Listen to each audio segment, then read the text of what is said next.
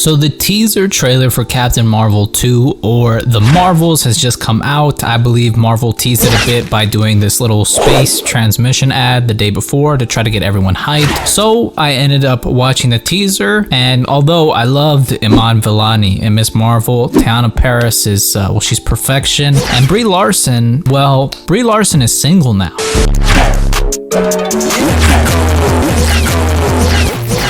So you're telling me there's a chance? I gotta say, I didn't really care about it. The first movie I thought was just fine, nothing really too impressive or memorable. Some good things, some bad things, but it was ultimately kind of bland for me. To be honest, the whole Kree, Captain Marvel side of the Marvel Universe, I've never been too infatuated with from the comics, although I was hoping to get that changed with the first movie, but unfortunately that didn't happen. Now, some people loved it, which cool. If you can get enjoyment out of it, that's great, but me personally, I remain pretty indifferent to the movie and the character of Carol Danvers. So what that would entail, that indifference players would be watching the trailer and not leaving it a thumbs up, and most certainly not leaving it a thumbs down, because I wasn't a fan of the main actress and I didn't really give a shit about wanting to express my disdain in a way to be made visible to make her feel like shit, because, well, that has no bearing on my day, and I'd simply just do the thing where I'd move along with my fucking day, which is, you know, the only sensible thing to do. That indifference would also take effect if potentially I had a disagreement with what the main actor had said in the past, which ultimately, again, has no bearing on my life. So with that fact of reality which we live in, I'd simply disregard and once again go along with my fucking day. That would then lead me to doing the opposite, you know, not going about making 8,000 videos and posts with that actor in the thumbnail and the most YouTube algorithmic meth photoshops of them to hate bait my viewers to watch them. Because personally, I'd find that behavior to be astronomically cringe, extremely played out at this point, and most importantly, waste of time shit. I'm not here to contort all the world's problems and direct them onto Brie's shoulders for ad revenue in the most corny way possible. What I am here to do is talk about the shit I want to talk about, which is why I'm indifferent about this trailer, regardless of some of the things I saw in the trailer that I thought were good or bad, and talk about some of the new characters we saw. But before we do, make sure to support your boy by hitting that sub button, leaving a thumbs up, retweet, share the video around so your boy can purchase all the Flintstones gummies and maybe a couple 100 plus Etsy stamina spells. Players, I'm gonna need to stack and chat like a mofo if I hope to defeat the final boss of fighting for Brie Larson's affection.